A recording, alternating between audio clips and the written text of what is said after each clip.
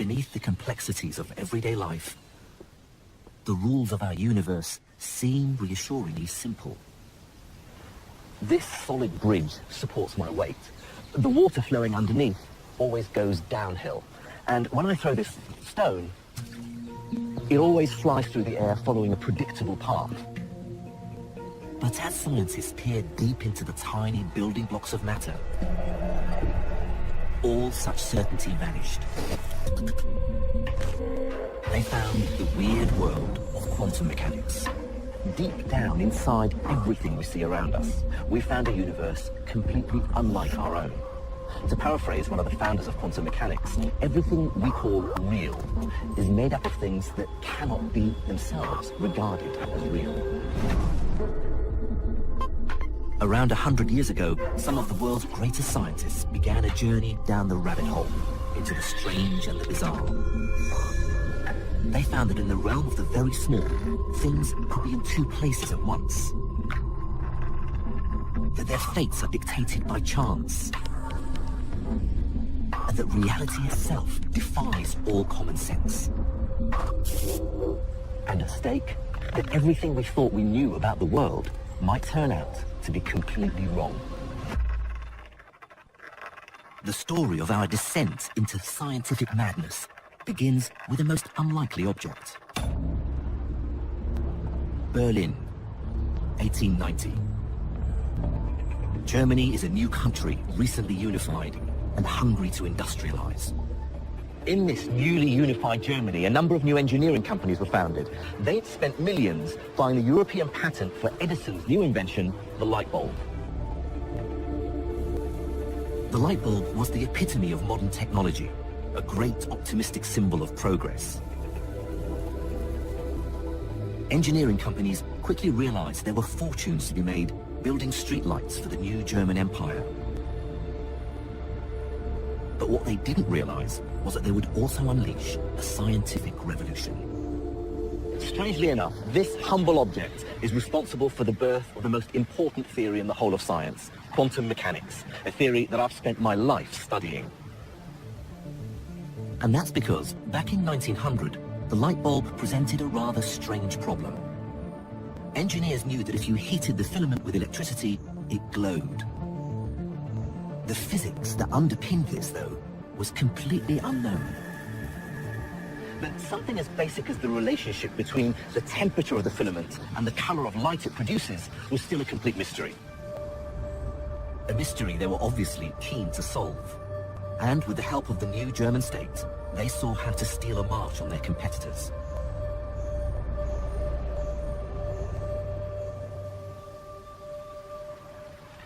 In 1887, the German government invested millions in a new technical research institute here in Berlin, the Physikalisch-Technische Reichsanstalt, or PTR. Then, in 1900, they enlisted a bright, if somewhat straight-laced scientist to help work here.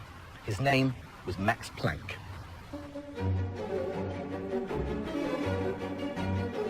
Planck took on a deceptively simple problem: why the color of the light changes as the filament gets hotter. To get a sense of the puzzle facing Planck, I'm going to ride this bicycle with an old-fashioned lamp powered by an old-fashioned dynamo.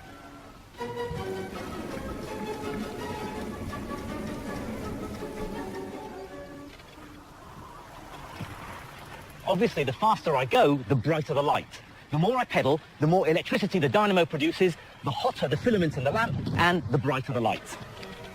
But the light the bulb makes isn't just getting brighter. It's changing color too. As I speed up, the color shifts from red to orange to yellow. Right, now I'm going to really belt it.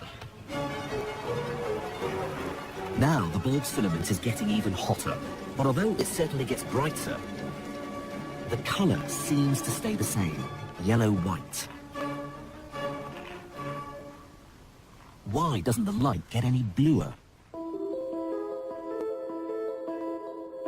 To investigate, Planck and his colleagues built this, a black body radiator. It's a special tube they could heat to a very precise temperature and a way to measure the color or frequency of the light it produced. Nowadays, over 100 years later, The PTRs still do exactly this kind of measurement, just much more accurately. The temperature inside here is 841 degrees centigrade. I can feel the heat coming off, and it's glowing with a lovely orangey red colour.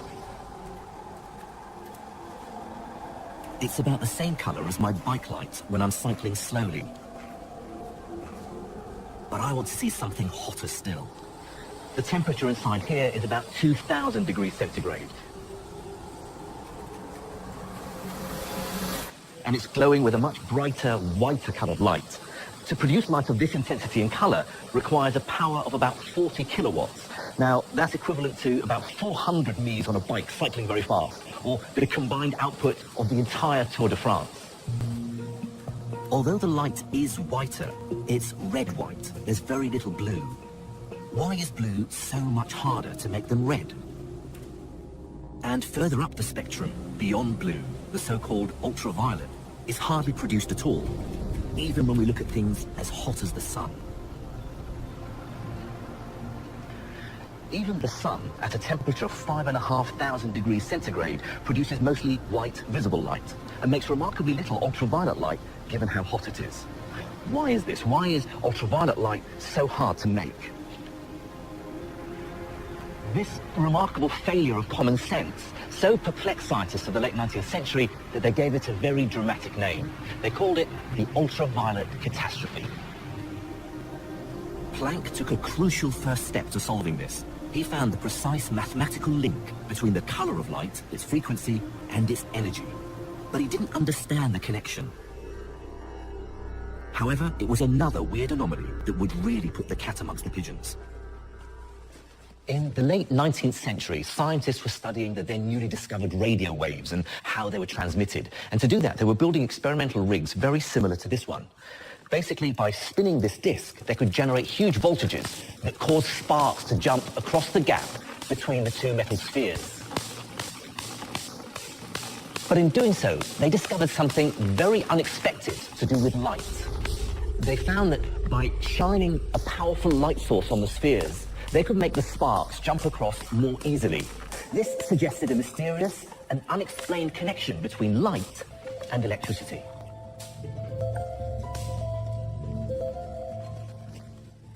To understand what was happening, scientists used this. It's called a gold leaf electroscope. It's basically a more sensitive version of the spark gap apparatus. Now, first of all, I have to charge it up. What I'm doing is adding an excess of electrons that are pushing the two gold leaves apart. Now, first I take red light and shine it on the metal surface, and nothing happens. Even if I increase the brightness of the light, still the gold leaves aren't affected. Now I'll try this special blue light, rich in ultraviolet.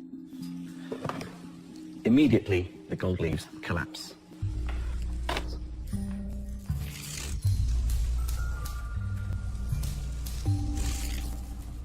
Light can clearly remove static electric charge from the leaves.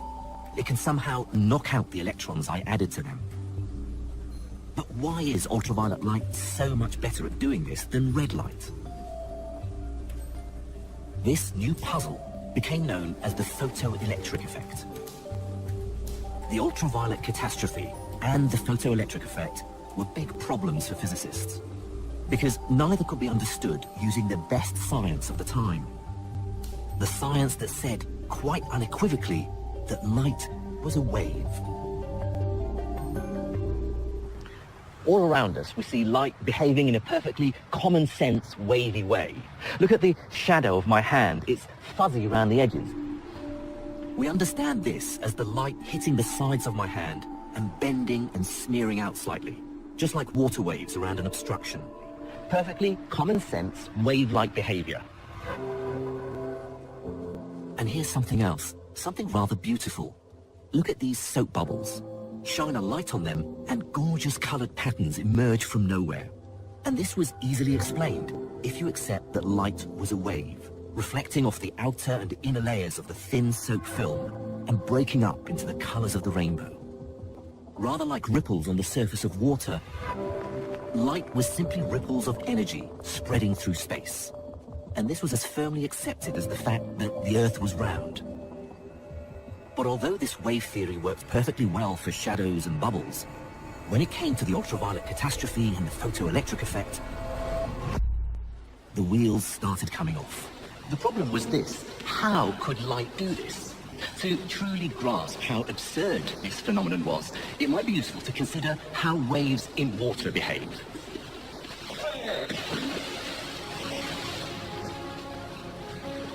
This is the wave tank at the RNLI's headquarters in Dorset. It's used to train lifeboat teams to deal with a range of different kinds of water waves. First, small waves, just 30 centimeters high. These waves don't have much energy, hardly enough energy to knock this top can off the other. But when the waves grow to over 1.5 meters, it's a very different proposition. And they're really throwing me about. There's no way I can keep this can balanced on the top.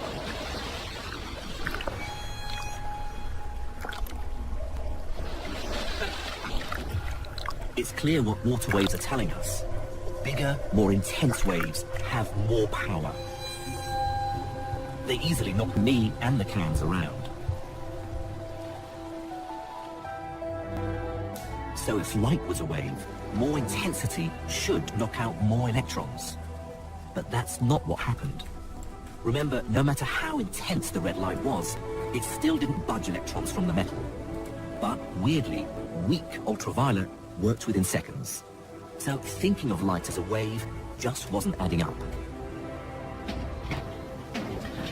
To resolve this, someone needed to think the unthinkable. And in 1905, someone did.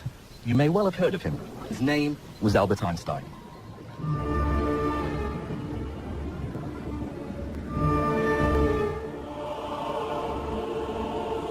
This is the Archenholz-Sternbach Observatory in Berlin. Perched on top is a strange, huge iron and steel construction. But it's not a gun. It's actually a telescope. Built in 1896, the telescope was one of the largest of its kind in the world and made the observatory the go-to place to engage and astound the public in new science. Albert Einstein gave a very famous public lecture here on his theory of relativity, which is, of course, what he's most famous for. But it's not the work that won him the Nobel Prize.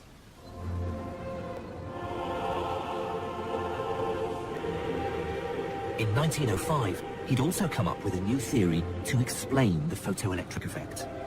And what he suggested was revolutionary and even heretical. He argued that we have to forget all about the idea that light is a wave and think of it instead as a stream of tiny bullet-like particles. The term he used to describe a particle of light was a quantum. To Einstein, a quantum was a tiny lump of energy. And although in 1905 the word wasn't new, the idea that light could be a quantum seemed crazy. And yet, following Einstein's heretical line of thought to its logical conclusion, solved all the problems with light at a single stroke.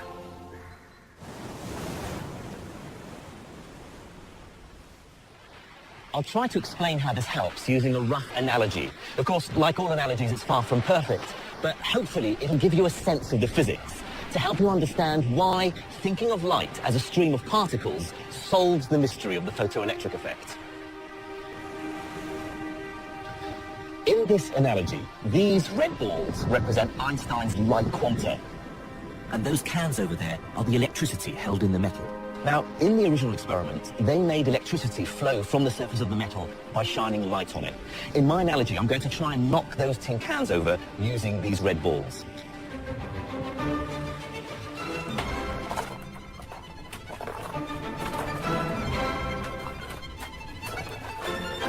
Absolutely no effect. That's just like red light.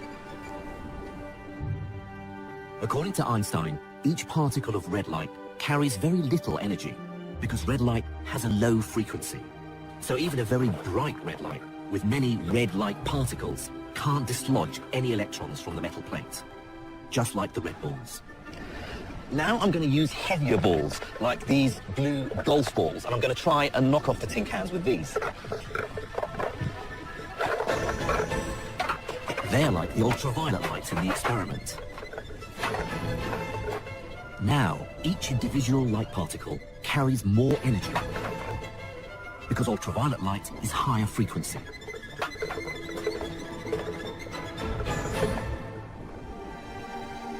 Just a few of them, like a dim ultraviolet light, are enough to knock the electrons out of the metal plate and collapse the gold leaf. So Einstein's idea that light is made up of tiny particles or quanta is a wonderful explanation of the photoelectric effect.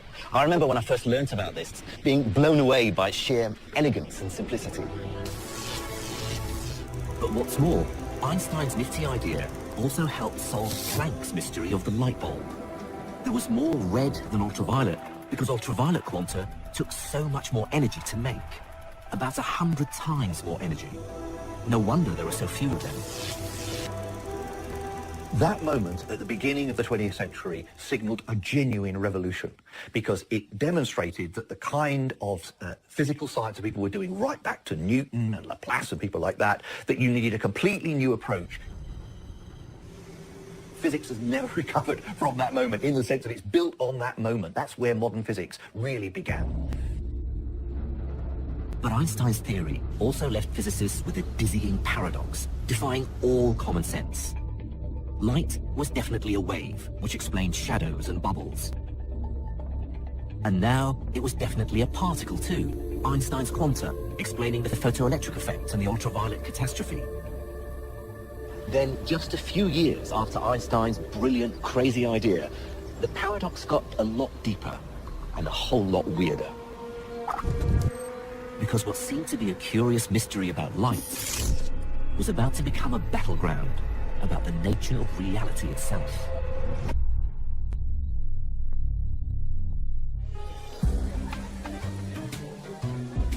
(1922). The Western world is in the grip of a revolution, a cultural revolution. James Joyce's Ulysses is published. Stravinsky is at the height of his powers, and Chaplin has just released his first serious movie. The Ottoman Empire collapses. Europe is still recovering from the war to end all wars in which millions of men lost their lives. Russia is newly communist. Meanwhile, America is exporting jazz to the world. Thank you.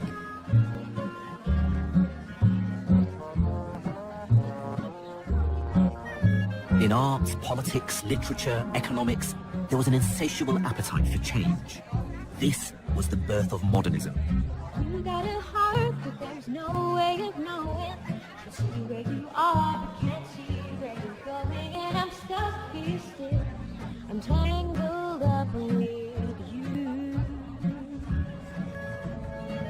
This whole world can be so uncertain.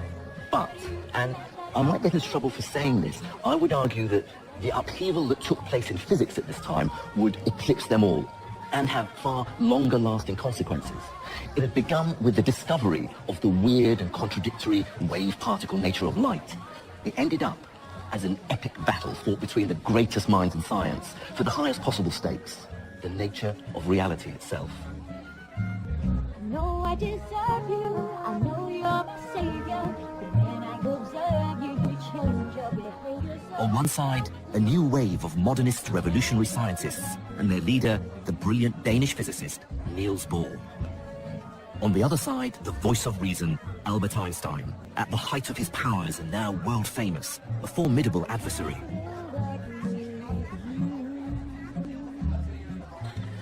The battle raged for decades. Actually, in some ways, it still does. It was fought across the world in universities, at conferences, in bars and cafes. It would reduce grown men to tears. And it began with a deceptively simple experiment.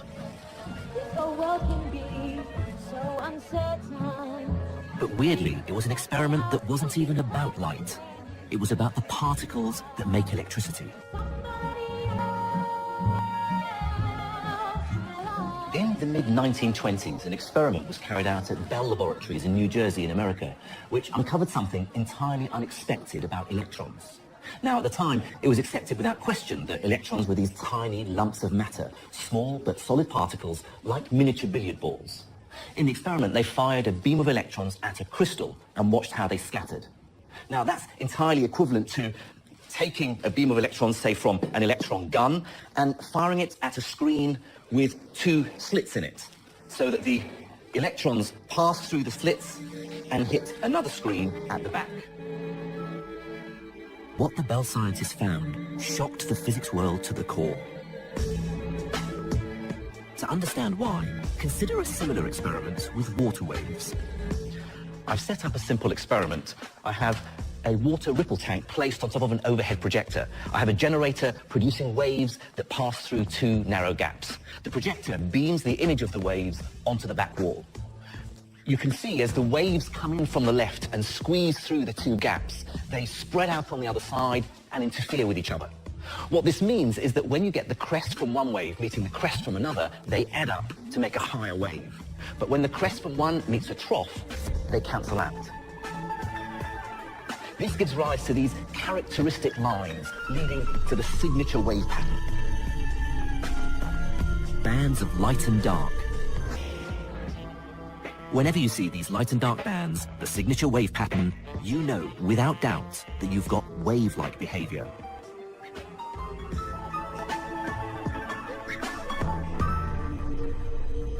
So guess what they saw in New Jersey? Now it seemed that firing electrons, tiny solid particles, through the two gaps produced exactly the same kind of pattern, bands of light and dark. First, light, for a long time believed to be a wave, was found to sometimes behave like particles. And now electrons, for a long time believed to be particles, were behaving like waves. But it was actually stranger than that. The wave pattern wasn't merely some result of the entire beam of electrons.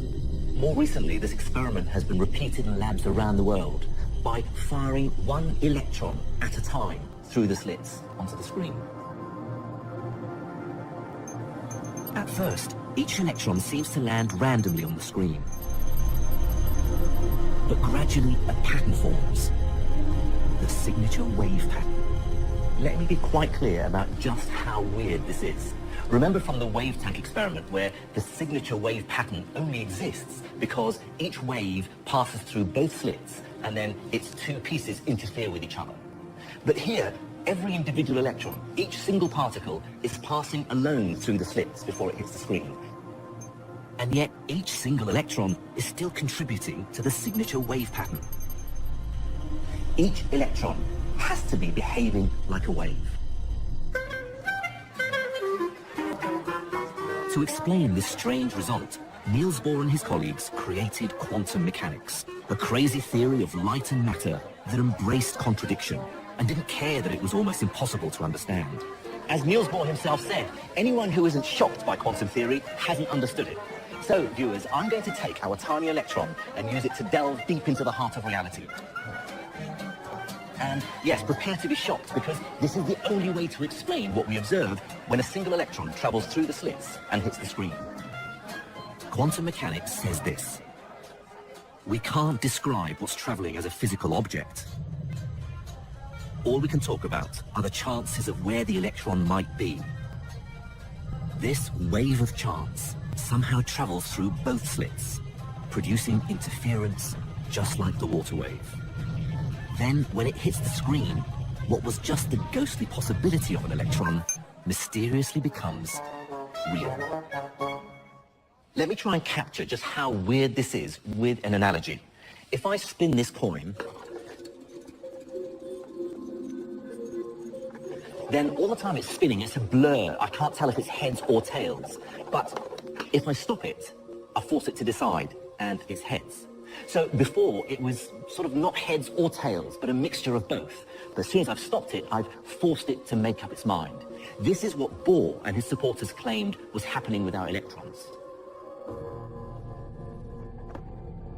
In a sense, as it spins, the coin is both heads and tails. Similarly, the electron's wave of chance passes through both slits, two paths at the same time. Our coin then stops at heads. The ethereal wave of probability hits the screen and only then becomes a particle.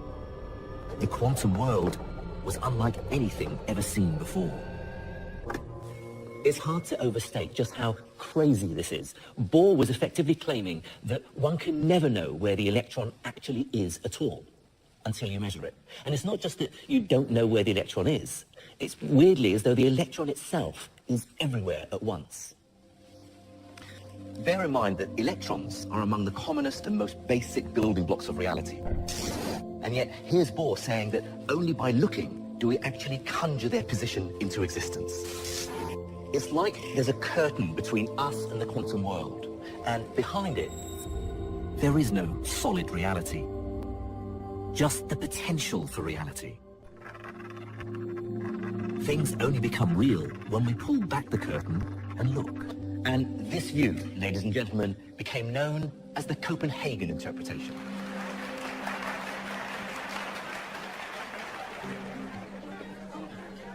Persuasive as it might seem, many people couldn't stomach Niels Bohr's outlandish ideas, and they found a natural leader in the most powerful man in science. Albert Einstein hated this interpretation with every fiber of his being. He famously said, "Does the moon cease to exist when I don't look at it?" He was very unhappy because it gave limits to knowledge that he didn't think should be final. He thought there should be a better underlying theory. Over the next 10 years, Einstein and Bohr would argue passionately about whether quantum mechanics meant giving up on reality or not. Then, with two other scientists, Nathan Rosen and Boris Podolsky, Einstein thought they'd found a way to win the argument. He was convinced he'd found a fatal flaw in the Copenhagen interpretation, and its claim that reality was summoned into existence by the act of looking at it. At the heart of Einstein's argument was an aspect of quantum mechanics called entanglement. Now, entanglement is this special, incredibly close relationship between a pair of quantum particles whose fates are intertwined. For example, if they were created in the same event. Let me try and explain this by imagining the two particles are spinning coins. Imagine these coins are two electrons, created from the same event and then moved apart from each other. Quantum mechanics says that because they're created together, they're entangled. And now many of their properties are forever linked, wherever they are. Remember, the Copenhagen interpretation says that until you measure one of the coins, neither of them is heads or tails. In fact, heads and tails don't even exist. And here's where entanglement makes this weird situation even weirder. When we stop the first coin and it becomes heads, because the coins are linked through entanglement, the second coin will simultaneously become tails. And here's the crucial thing. I can't predict what the outcome of my measurement will be, only that they will always be opposite. Einstein seized on this because it meant that something was happening between the two coins that was almost too crazy to imagine. It's as if the two coins are secretly communicating instantaneously across space and time, even if the first coin was on Earth and the other was on Pluto. Einstein refused to believe this instantaneous, faster-than-light communication.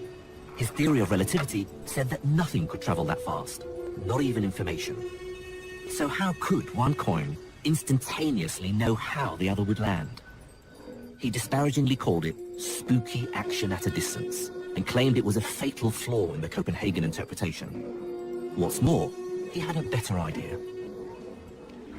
Einstein believed there was a simpler interpretation, that somehow the destiny of the two coins, whether or not they ended up heads or tails, was already fixed long before we observed them. He said that although it seemed the coin was deciding to be, say, heads at the moment of observation, actually that decision was taken long before. It was just hidden from us. In Einstein's mind, quantum particles were nothing like spinning coins. They were more like, say, a pair of gloves, left and right, separated into boxes. We don't know which box contains which glove until we open one. But when we do, and find, say, a right-handed glove, then immediately we know that the other box contains a left-handed glove. But crucially, this requires no spooky action at a distance. Neither glove has been altered by the act of observation. Both of them were either left or right-handed glove from the beginning, and the only thing that has changed is our knowledge. So, which is the true description of reality? Bohr's coins, which only become real when we look at them, and then magically communicate to each other? Or Einstein's gloves, which are hidden from us, but are definitely left or right from the beginning? In other words, is there an objective reality, as Einstein believed, or not, as Bohr maintained? In the late 1930s, as the world plunged into war, there was no way to answer this question. The battle to understand the nature of reality was deadlocked.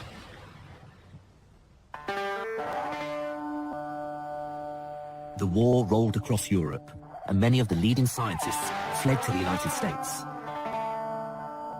Then, as the Second World War led inexorably to the Cold War, American science, backed by dollar bills and a new vision of the future, boomed.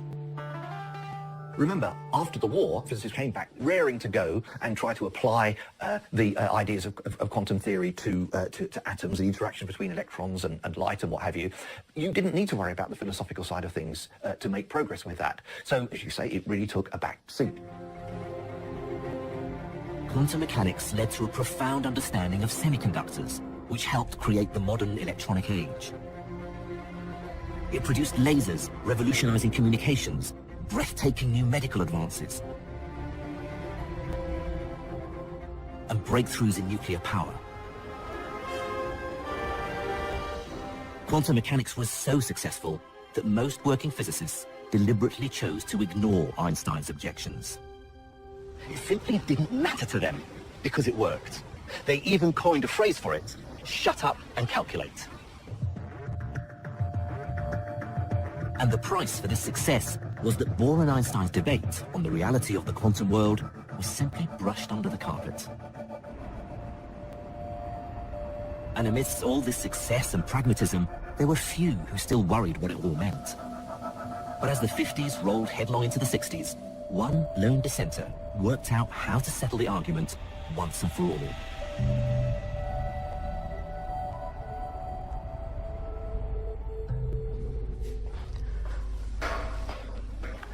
John Bell, I think it's fair to say, isn't well known to the general public. But to physicists like me, he's, well, a hero. He was an original thinker with real courage in his convictions, and the story of his rise to become one of the greats of physics is made even more remarkable when you consider how he started. He was born in Belfast in the 1920s into a poor working-class family. His father was a horse dealer, and they really struggled to get him into Queen's University, Belfast, to study physics. In fact, he was the only one in his family to even finish school. This, I believe, made him insatiably curious, fiery, and stubborn. I remember meeting John Bell in 1989, a year before he died. We were both at a conference in America, and we happened to be sharing a lift just after both attending a talk on quantum mechanics. Keen to say something to the great John Bell, I said I thought the speaker's conclusions were completely crazy. He stared at me with his piercing blue eyes, and for a moment I thought my fledgling physics career was going down the drain. But as the lift doors opened and he was about to leave, he said, "Yes, I completely agree with you. Haven't they heard of the helium problem?" To this day, I'm not quite sure what the helium problem is, but I was just so relieved that John Bell and I agreed.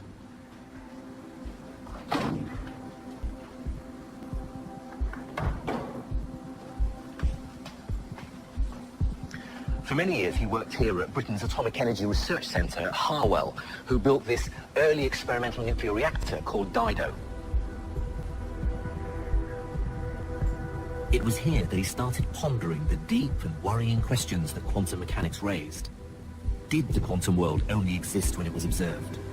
Or was there a deeper truth out there waiting to be discovered? In fact, he was so troubled, he began to wonder if there was a problem at the heart of quantum mechanics. He famously said, "I hesitate to think it might be wrong, but I know it is wrong." And so in the early 1960s, Bell decided to try and resolve the crisis at the heart of quantum physics. It was an epic challenge. After all, how do you check if something is real, if something is or isn't there, all without looking? How do you look behind the curtain without pulling it open? But John Bell came up with a brilliant way of doing exactly that. I think this is one of the most ingenious ideas in the whole of physics. It's certainly one of the most difficult to understand and explain, but I'm going to try and have a go, and yes, I'm afraid I'm going to use another analogy. This time, I'm going to play a game of cards, but it's one for the highest possible stakes, the nature of reality itself. The card game is against a mysterious quantum dealer. The cards he deals represent any subatomic particles, or even quanta of light, photons. And the game we'll play will ultimately tell us whether Einstein or Bohr was right. Now, the rules of the game are deceptively simple. The dealer is going to deal 2 cards face down. If they're the same color, I win. If they're different colors, I lose.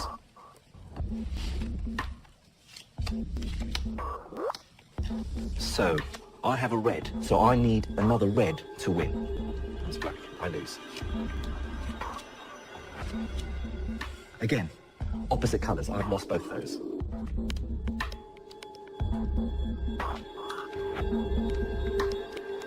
That's 4 in a row.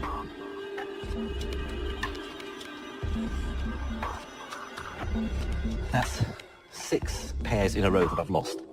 Okay, I think I know what the dealer's doing here. Clearly, the deck has been rigged in advance so that every pair come out as opposite colors. But there's a simple way to catch the dealer out. So what we can do now is change the rules of the game. This time, if they are the opposite color, I win.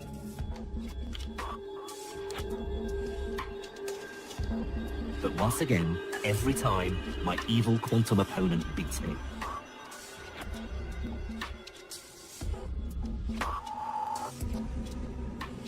But again, I can see what the crafty dealer could have done. Maybe while I wasn't looking, he's switched the pack and rigged it so that it always lands in his favor. Now every pair is the same color. Rigged decks, remember, were what Einstein thought was really happening in the entanglement experiment. He said that just like the gloves were already placed in the box, so the evil dealer stacked the cards before we played. But Niels Bohr's idea was very different. He said red and black don't even exist until you turn them over. Bell's genius was that he came up with a way of deciding once and for all who was right, Einstein or Bohr. This is how he did it. I'm now not going to tell the dealer which game I want to play, same color wins or different color wins, until after he's dealt the cards. Now, because he can never predict which rules I'm going to play by, he can never stack the deck correctly. Now, he can't win. Or can he? So now the rules are different wins. The same, okay? Same color wins. This gets to the very heart of Bell's idea. If we now start playing and I win as many as I lose, then Einstein was right. The dealer is just a trickster with a gift for sleight of hand. Reality may be tricky, but it does have an objective existence. But what if I lose? Well, then I'm forced to admit that there is no sensible explanation. Each card must be sending secret signals to the other across space and time in defiance of everything we know. I'm forced to accept that at the fundamental quantum level, reality is truly unknowable. Bell reduced this idea into a single mathematical equation that tells us once and for all what seemed unanswerable: how reality really is. John Bell published his idea in 1964, and the extraordinary thing is, at the time, the entire physics community ignored him. Total radio silence. It seems the world simply wasn't ready. Perhaps it was because his equations seemed untestable, or just because nobody thought it was worth investigating. But that was about to change, and the change would come from a very unexpected place. This is the dawning of the age of Aquarius, age of Aquarius,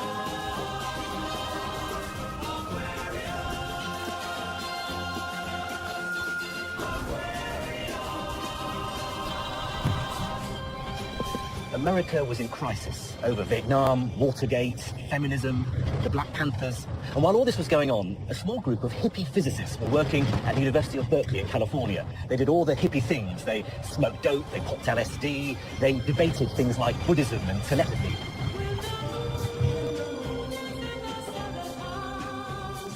And they loved quantum mechanics. In its weird version of reality, they saw parallels with their own esoteric beliefs.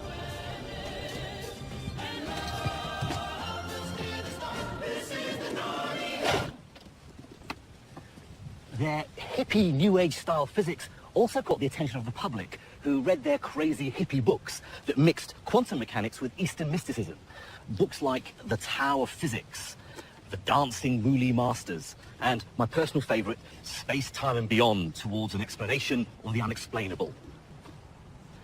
But more importantly for our story, the story of quantum mechanics, these hippie physicists also turned their attention to Einstein's now famous thought experiment and what it told us about the nature of reality. They saw Niels Bohr's secret signalling as proof that physics supported their own ideas. Because if two particles could spookily communicate across space, then ESP, telepathy, and clairvoyance were probably true as well. If only they could prove it really existed. Then, in 1972, they realized that with a bit of mathematical sleight of hand, they could take Bell's equation and experimentally test it. One of their group, John Clauser, borrowed some equipment from the lab he was working in and set up the first genuine and ultimate test of quantum mechanics.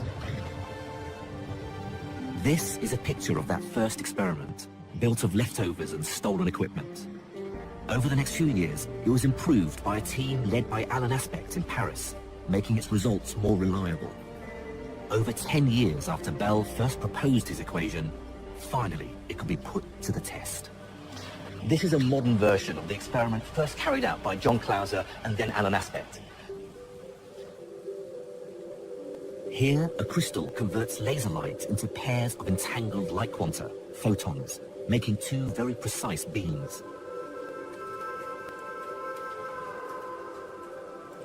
These photons are passed round and bent back again until they pass through these detectors. The two photons are like the two cards the evil dealer places in front of me. We'll measure a property of the photons called polarization, which is equivalent to the color of the playing cards in my game. So, for instance, winning with two matching red cards might be the same as two photons with matching polarization. But because this is quantum mechanics, it's more complicated than my simple card game.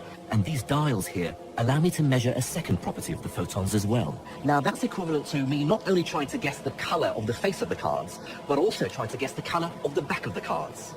Okay, so we're now going to switch on the laser and start the experiment. So this number here gives me the number of photon pairs coming through the experiment. That's equivalent to the pairs of cards in my game.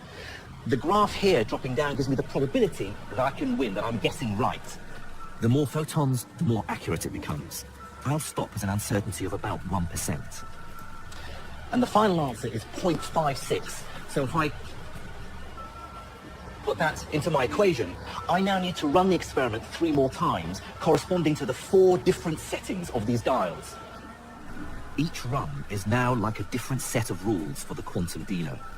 And when I add them up and get the answer, if it's less than 2, then Einstein was right. If it's greater than 2, then Bohr was right. Okay, so now for the second setting. Just remember what the experiment will show. If the numbers come out less than 2, then it's proof the dealer has been stacking the deck. This was Einstein's view. Okay, so the number I get this time is 0.82. Now reset for run 3. But if the result is greater than 2, then the deck cannot be stacked, and something else is at work. Okay, so the run 3 result is minus 0.59. And finally, run 4. This last number will finally reveal if the world follows common sense or something much more bizarre.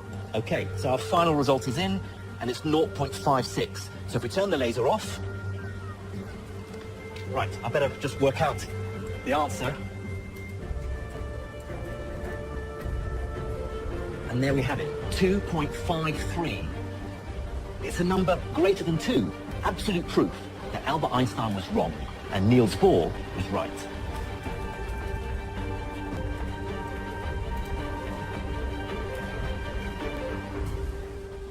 The significance of this result is simply enormous. Just remember what it means.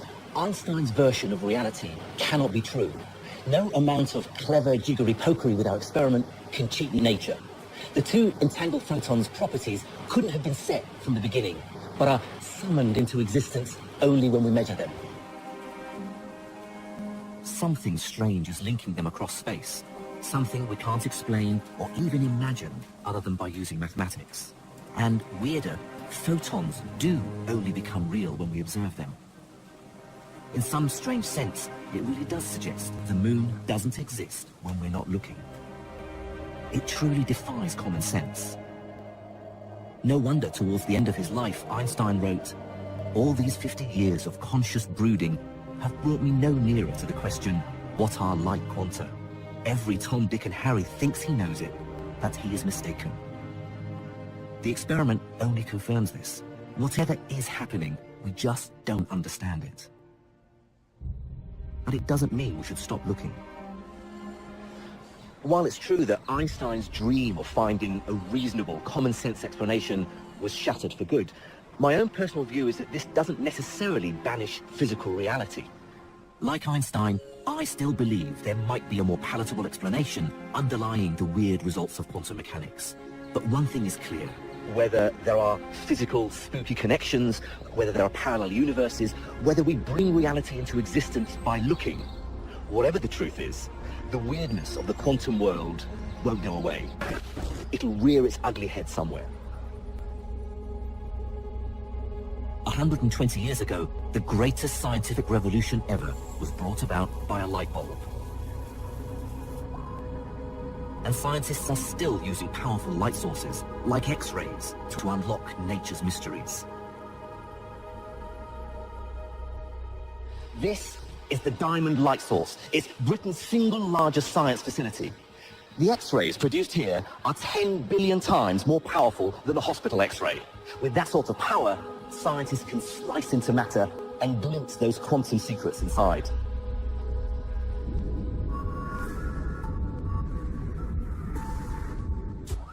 Researchers here are using this powerful light beam to investigate new materials, which may have the potential to bring about an electronics breakthrough as great as any before.